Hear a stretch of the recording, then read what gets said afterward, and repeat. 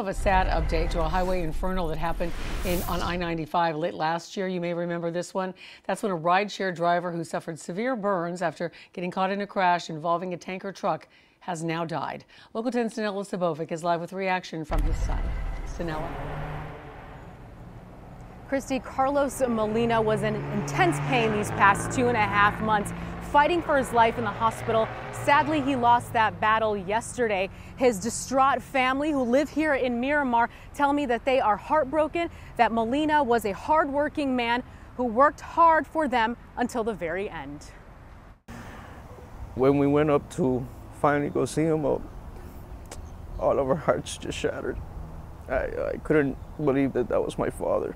Carlo Molina is heartbroken, grieving the death of his father, 62-year-old Carlos Molina. My father was just an amazing person. He was a family man and father of 3, seen here in happier times. Happy birthday to you. My dad was just always next to me and my sister, always taking care of us, working late nights, always trying to give us the best living, the best future. Molina was one of the victims of this fiery car accident back in October and suffered severe burns to more than 35% of his body.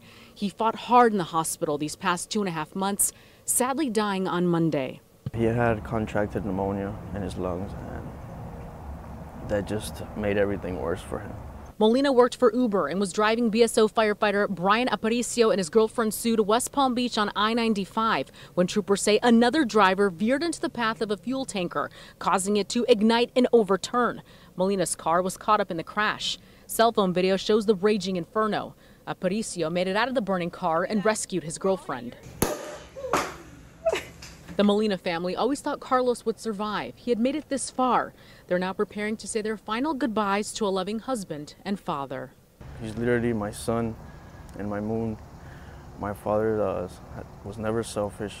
He always cared about everybody that was around him.